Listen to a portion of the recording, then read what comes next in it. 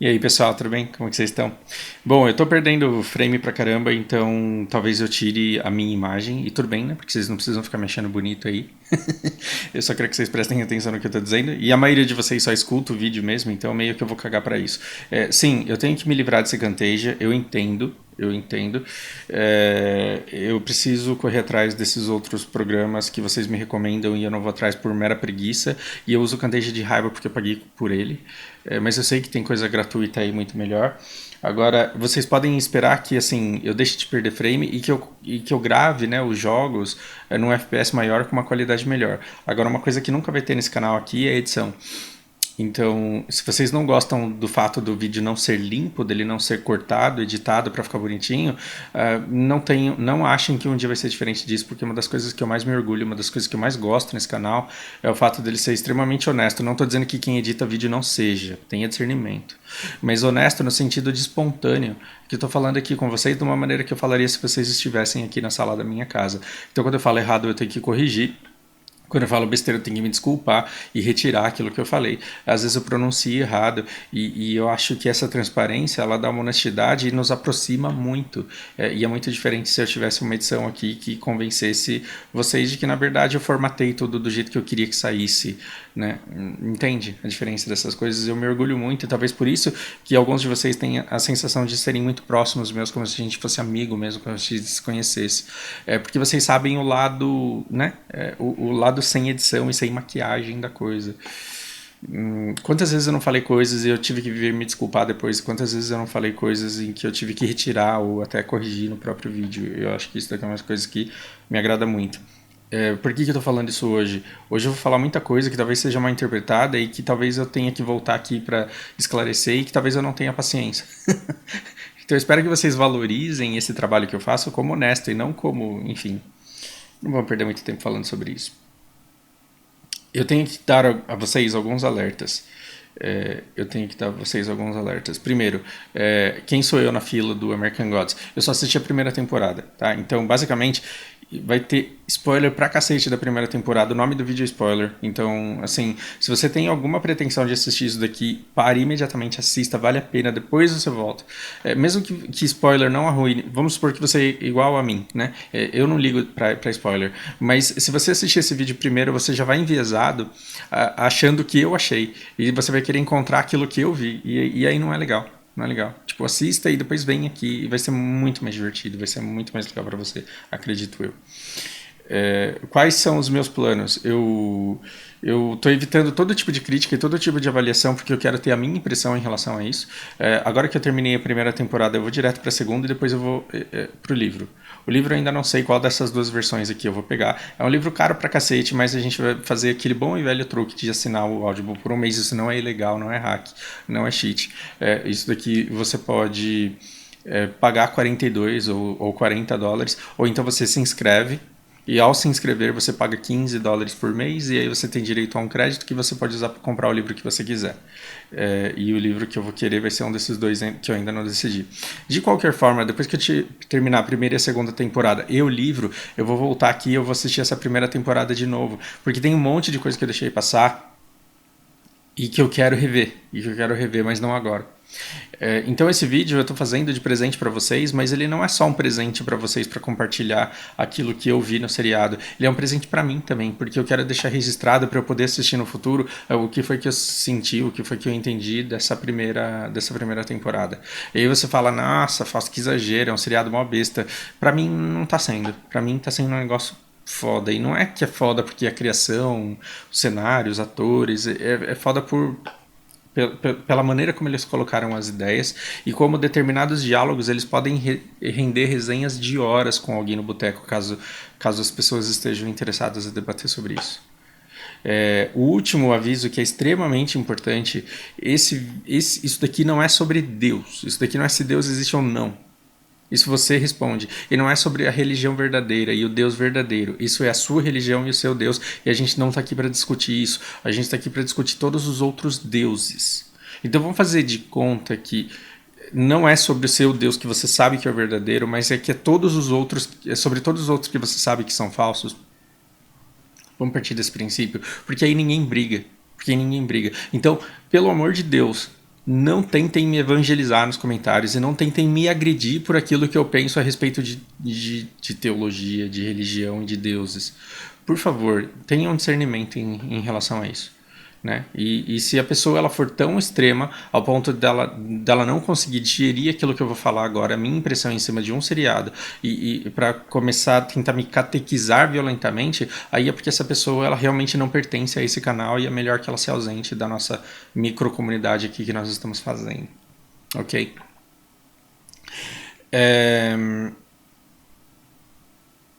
Por onde a gente começa? Cara,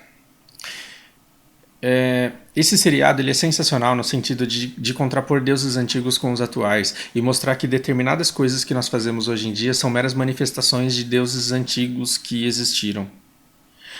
E aí, assim, vamos parar para pensar como é que a humanidade dá existência ao Deus, porque isso daqui é muito forte nesse seriado. Isso daqui é muito forte a noção que os próprios deuses têm de que eles dependem do worshipping, né? da idolatria, da crença, da veneração dos humanos. Eles dependem muito da relevância que os humanos dão a eles. E determinados deuses eles podem até ser mortos. Então é incrível como esse seriado e o escritor genial como ele foi para ter escrito isso. Eu estou falando de um livro que eu nem li ainda, mas eu sei que vai ser.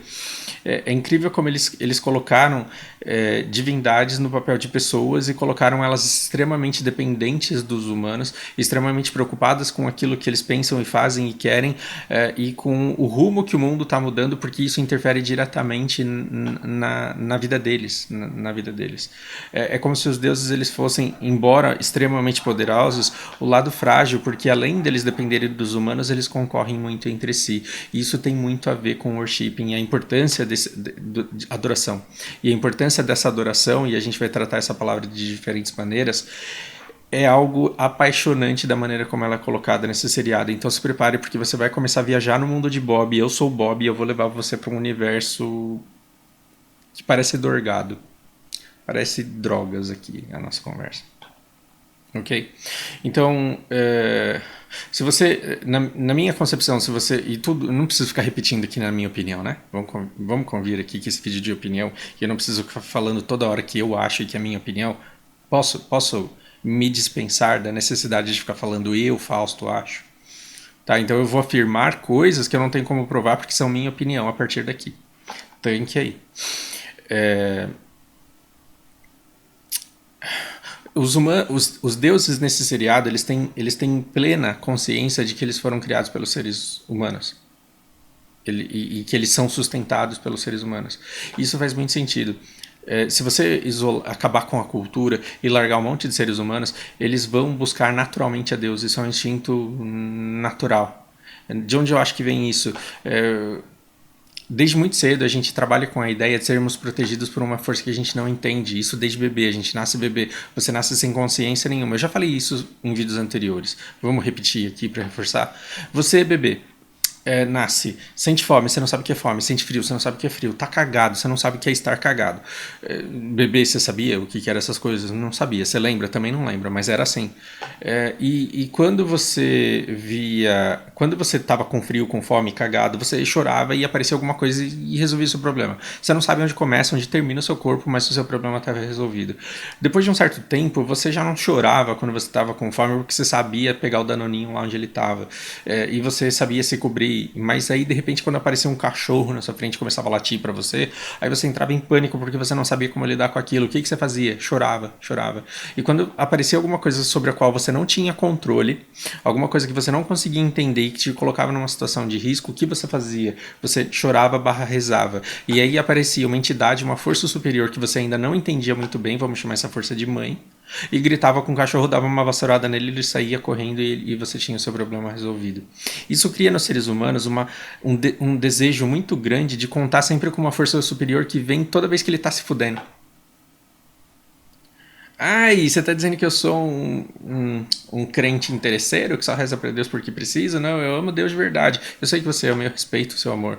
Não estamos falando disso aqui.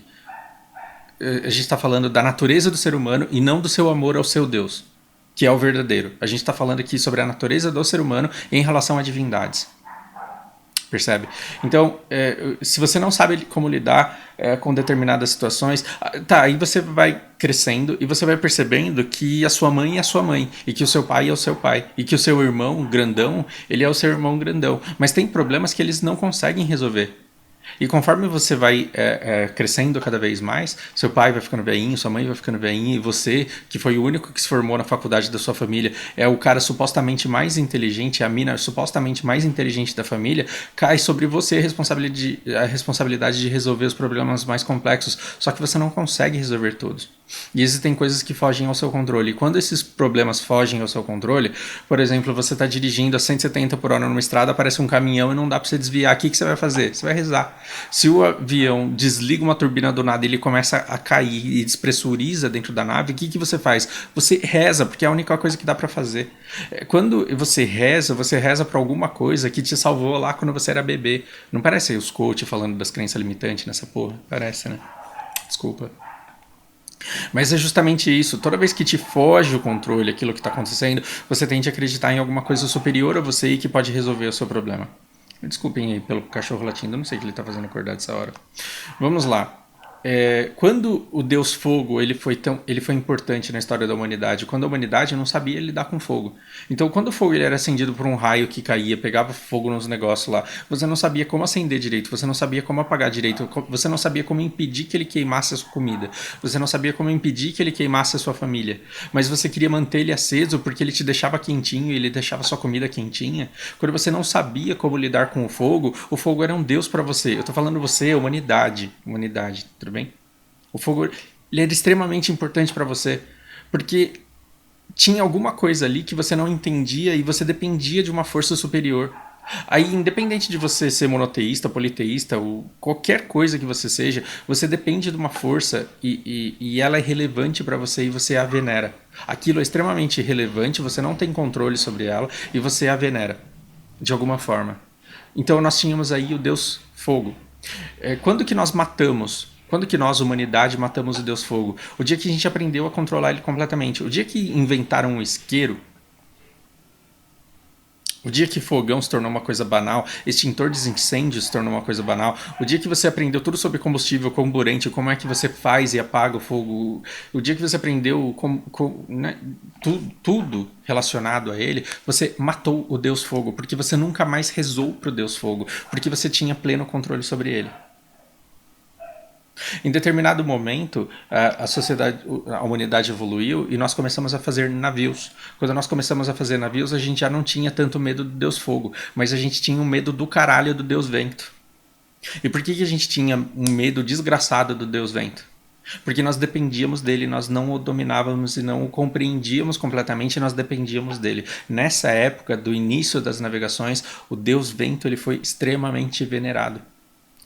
Cada sociedade o chamou de um nome diferente, cada divindade ali era diferente e as coisas que se faziam para se agradar ao Deus do mar, ao Deus do vento, ao Deus da tempestade, cada sacrifício, cada oração era diferente a seu modo, mas todos nós, parentes como somos, em lugares isolados do mundo, sem internet, sem zap como não tínhamos, cada qual começou a chamar aquela divindade de um nome e orar para ela. Mesmo que você não acreditasse no Deus Vento, eu não estou falando você, estou falando mesmo que determinado ser humano não acreditasse que existisse um Deus Vento, porque existe um único Deus verdadeiro, esse único Deus verdadeiro ele tinha pleno controle sobre o vento. Então, naquele momento que ele orava para o único Deus verdadeiro, ele pedia pelo vento, e nesse momento esse vento ele era relevante, ele era venerado.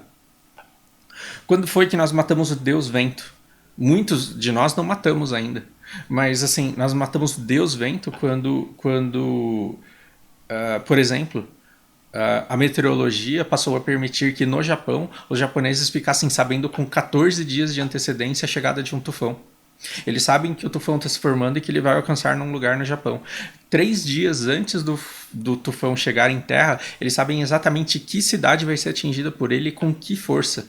Com que força? Por quê? Porque nós começamos a entender os movimentos da natureza e nos tornamos capazes de prever os movimentos da natureza de acordo com o conhecimento que nós tivemos dela. Então, quando as pessoas entenderam quais foram os elementos naturais que geraram esse tufão e perceberam a rota dele que não tinha como ser mudada, muitos, a grande maioria de nós matou o Deus Vento. E algumas pessoas ainda tão apavoradas em relação à magnitude dele, ainda oram, ainda rezam.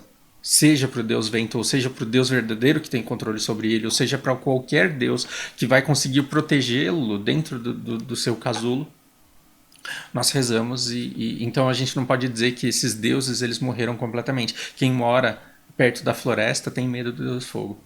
Tô conseguindo entender mais ou menos? E é por isso que eu gosto tanto de explicar o Deus, é por isso que eu gosto tanto de explicar a expressão it doesn't matter em inglês. Então quando eu estou no meio das minhas aulas lá, eu preciso explicar o que é I don't care. I don't care, eu não cuido, não me importo. E o que é it doesn't matter? Então vamos, isso é interpretação, Fausto, eu posso me poupar de dizer aqui, eu acho, né? Eu não estou fazendo uma análise etimológica do matter, estou fazendo uma batida de olho e uma associação para você lembrar. Matter é matéria, matter é matéria. Na física você tem matter e antimatter, você tem matéria e antimatéria. Na faculdade você tem, na escola você tem matters, você tem matérias. Quando você fala it doesn't matter, você está dizendo isso não se materializa. Por que não se materializa? Porque não é relevante. Aquilo que não é relevante para você não se materializa, logo não existe. É mais ou menos essa interpretação tosca que eu gosto de dar a isso. Então, assim, aquilo que realmente não te importa, aquilo que realmente não te ameaça, aquilo que realmente não causa nada na sua vida, it doesn't matter, não se materializa. Agora, aquele hater que é o primeiro a assistir o vídeo, é o primeiro a dar dislike, é o primeiro a contestar aquilo que você fala, esse cara, pra ele, você matter. Você matter, porque se ele precisa assistir todo o vídeo que você faz para confirmar a ideia que ele tem de que ele te odeia, porque na vida dele você é extremamente relevante. Se você é relevante, você matter, você existe. Lembra que a gente falou em vídeos anteriores que você tem valor quando você é relevante na vida de alguém? Quando você é relevante na vida de alguém, você tem valor, você matter na vida dela. E assim são os deuses. E assim são os deuses. E em determinados momentos, o Deus Fogo ele teve um extremo poder, o Deus Vento ele teve um extremo poder, e aos poucos nós fomos matando esses deuses, porque eles deixaram de ser importantes.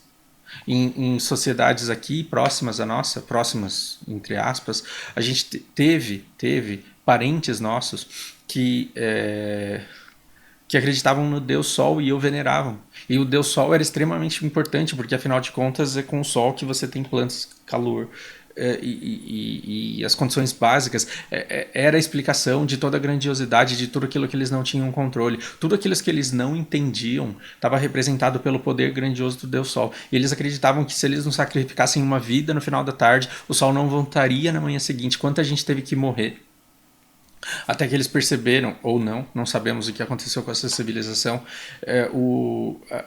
até que nós entendemos através de estudos qual é o papel do Sol na nossa galáxia, qual é a posição da Terra na nossa galáxia. E aí o Deus Sol, que era extremamente ameaçador, nervoso, bravo, que exigia sacrifícios para que ele nascesse, para que amanhã não chovesse, para que não houvesse um eclipse.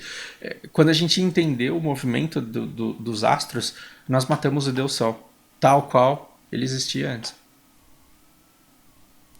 Você percebe que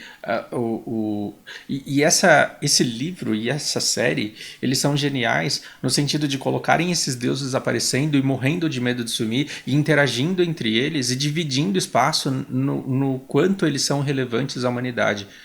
E determinados deuses antigos que se travestiram, que se transformaram em outros deuses para que eles continuassem existindo e para que eles continuassem sendo relevantes nesse novo tempo que nós temos hoje.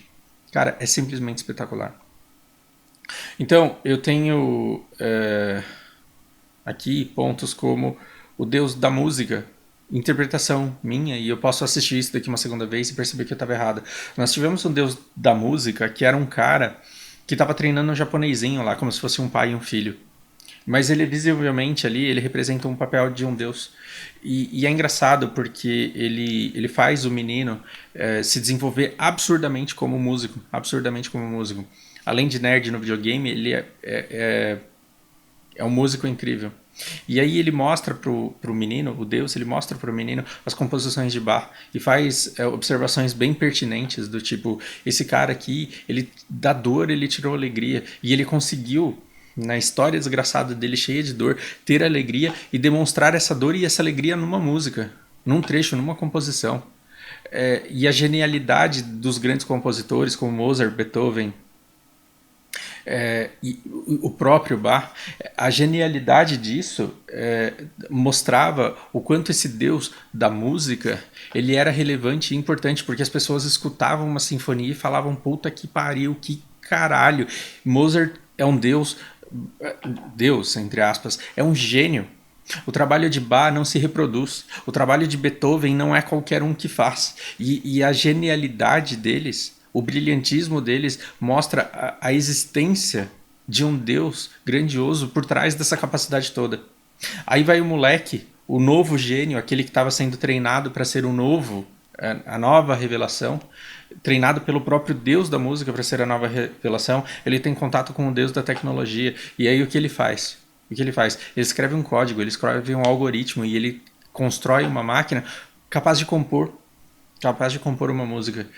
E aí o que acontece quando ele cria esse algoritmo e todo orgulhoso vai mostrar para o mestre dele, o Deus da música, interpretação minha, que ele criou um algoritmo capaz de fazer tudo isso. O Deus da música olha para aquilo e fala: é isso. Como se ele estivesse admirando a genialidade e a presença dele no menino que ele estava treinando. Ele se vê como manifestação divina na performance do garoto. E ele fala, não fui eu que fiz isso daqui, foi esse algoritmo, foi o computador. Nesse momento, Deus da música, ele olha e fala, foi um computador que fez isso? Sim, foi um algoritmo que eu escrevi. E aí a cena se corta e o que a gente tem depois é um velório do pai dele. Nós temos um velório do Deus da música. E aí, naquele momento, nós matamos um Deus. Quando foi que nós matamos um Deus? Quando nós conseguimos descobrir quais são os elementos que uma música precisa ter para fazer sucesso. No momento em que nós pegamos Beyoncé, Justin Bieber, no momento em que nós pegamos determinados rappers e nós descobrimos quais são as notas que uma música precisa ter, e que comportamento, e que tom de voz, e o que é preciso existir para que uma música seja boa, e nós tivemos algoritmos e softwares escrevendo essas coisas, aquela genialidade que era necessária para se construir uma música, ela deixou de ser relevante, deixou de ser importante e deixou de fazer sentido. Num ponto em que hoje nós não construímos novos Bachs. Por quê? Porque um Mozart, um Bach, ele precisaria de uma vida inteira dedicada a isso. E quem é que quer a vida inteira dedicada ao estudo de uma música que não vai dar em nada numa sociedade onde a música é feita por softwares? Isso é só um dos exemplos. E eu digo que isso daqui é um hotspot de easter eggs. American Gods é um hotspot de easter eggs. Se vocês quiserem, eu explico isso. Né? Se for necessário, eu explico isso em vídeos futuros. São muitos detalhezinhos, são muitas interações de deuses que depois que você escuta, você fala, caralho, que brilhante a ideia de quem pensou isso e colocou dessa forma. Nós tivemos, eu tô com a minha cola aqui de coisas que eu não posso esquecer de passar para vocês. Nós temos o Deus. Eu tô partindo do pressuposto que você já assistiu esse seriado. Perdão pelo cachorro, não tenho controle sobre isso. Eu queria muito rezar para um Deus que fizesse esse cachorro parar de latir, porque agredi-lo eu não vou. E acabar com ele também eu não vou. Mas ó, rezei para um Deus que. que fez o cachorro parar, ó, que beleza. Tá vendo como a gente evoca poderes sobrenaturais naturalmente quando a gente tem que lidar com coisas sobre as quais a gente não tem controle? Olha que engraçado. E eu vou dividir isso daqui em vários pontos, mas tem um evento da minha colinha que eu quero compartilhar com vocês. Então a gente está falando quase meia hora e a gente está aqui ainda, né? Tem um momento em que o Deus Mundo ele se encontra com o Deus Mídia e o Deus Tecnologia. A mídia é a velha mídia e ela é uma deusa praticamente morta que foi absorvida pela nova mídia, que são as redes sociais. E aí vem o Deus da tecnologia, né, e eles andam muito juntos. E vem o Deus Mundo, que é muito poderoso, e dá um esporro nos dois. Então você percebe que existe uma uma relação de autoridade, existe um conflito de interesses, existe a sobreposição de um sobre o outro, e tem um determinado momento que o Deus Mundo, ele chega para os dois ali, principalmente para o Deus da tecnologia, que é um moleque, e ele fala, uma guerra se vence com informação. A gente está em guerra e uma guerra se vence com informação. E sabe o que vocês são? Sabe o que é isso daqui? Isso daqui é blindness, isso daqui é cegueira. Isso daqui é cegueira. Eu parei e fiquei pensando que caralhos isso significava. Que caralhos isso significava. E ontem eu tava falando com o Zé e ele jogou uma luz. Assim, a gente, depois de comer hambúrguer, a gente começou a falar sobre isso. Ele me jogou uma luz muito simples numa coisa que era óbvia, mas que eu não tinha me ligado. E eu falei, caraca, é verdade. O Deus Mundo, ele tá muito para globalização. Ele tá muito para tentativa de fazer com que todas as pessoas, elas tenham a mesma cultura, a mesma visão, a mesma ideologia, os mesmos objetivos. A globalização, ela tenta exterminar determinadas pequenas culturas e fazer com que todo mundo tenha as mesmas necessidades, que serão atendidas por uma produção massiva, em escala e sem muita diferenciação. Então é do interesse do Deus Mundo. Olha que interessante isso, gente. O Deus Vento, o Deus Fogo nem aparecem, por quê? Porque eles não são relevantes no momento atual da América. Então a gente não tem o Deus Sol na América. O que a gente tem é a deusa que poderia ser Afrodite, podia ser Freia, mas é a rainha de Sabá. Né? E a gente tem o Deus Tecnologia e a deusa Nova Mídia, redes sociais, Facebook, Instagram, tomando um pau do Deus Mundo. Por quê? Porque ele quer um mundo unificado. É do interesse dele que todas as pessoas tenham a mesma mentalidade e tenham os mesmos hábitos, as mesmas necessidades. E o que a New Media fica fazendo com a tecnologia, em paralelo com a tecnologia, que a mídia antiga ela não fazia? Criando bolhas. Criando bolhas. E essas bolhas, o Deus Mundo chama de blindness. Blindness. Porque quando você tinha um único jornal, quando você tinha 5 emissoras que passavam o mesmo conteúdo para todo mundo pensava a mesma coisa. E nessa época que todo mundo pensava a mesma coisa, todo mundo era manipulado da mesma forma, todo mundo era feliz, porque a gente se entendia muito bem. E hoje em dia, por que é que a gente tem essa polarização e essa dificuldade de conversar? É porque a deusa New Media e o Deus Tecnologia estão colocando pessoas em bolha, em que você entra no Facebook e você só vê pessoas que pensam igual a você, que enxergam as mesmas coisas que você, que gostam das mesmas coisas que você. Só que quando você sai na rua, você não encontra essas pessoas da sua bolha, porque elas estão fora e elas têm experiência de vida diferente da sua. As pessoas, elas não têm unidade mais. Elas não têm unidade mais. E isso Deus Mundo chama de cegueira. Cegueira. Então o que ele faz? Ele pressiona e chantageia e pressiona o Deus Tecnologia para que ele dê um jeito nisso. E ele fala, eu conheço um cara ali do Valley, Silicon Valley, como se ele, para sair impune disso, ele estivesse sugerindo uma nova rede que englobaria todo mundo. Porque hoje nós temos micro bolhas espalhadas por todos os lugares. E aí ele já sugere uma nova rede que está por vir e que colocaria todo mundo. Imagina uma rede que englobasse tudo, desde o LinkedIn até o Tinder, onde você ficasse completamente nu exposto, onde todos estivessem conectados e a informação ela fosse distribuída de maneira uniforme. Imagine a globalização da informação na internet. Então são temas extremamente profundos, que geram assim diálogos e debates intermináveis, que se você não estiver prestando atenção, se você não estiver procurando, você deixa passar despercebido. Esses são os easter eggs. Né? É uma coisa que você só acha se você realmente estiver procurando. Você só enxerga o Stan Lee no filme da Marvel se você realmente conhece o cara. Né? E se você não tiver... se você não assistir isso daqui procurando por aquelas informações específicas, talvez você não enxergue. Tem outros pontos que eu quero compartilhar com vocês, mas assim, fazer um vídeo de 2 horas não dá, né? Vamos chamar isso daqui de primeiro vídeo e depois eu vou vir com algumas outras coisas caso vocês tenham interesse. Recomendo demais e eu vou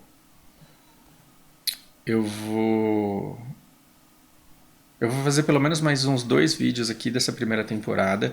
E se eu me empolgar, eu vou continuar fazendo. Me digam aí o que vocês acharam. Tomara que eu não arruine a experiência de vocês. Tomara que vocês gostem disso. Tomara que vocês lembrem daquilo que vocês assistiram e se divirtam comigo. deixem aí os comentários de vocês a respeito dessas ideias. Grande abraço.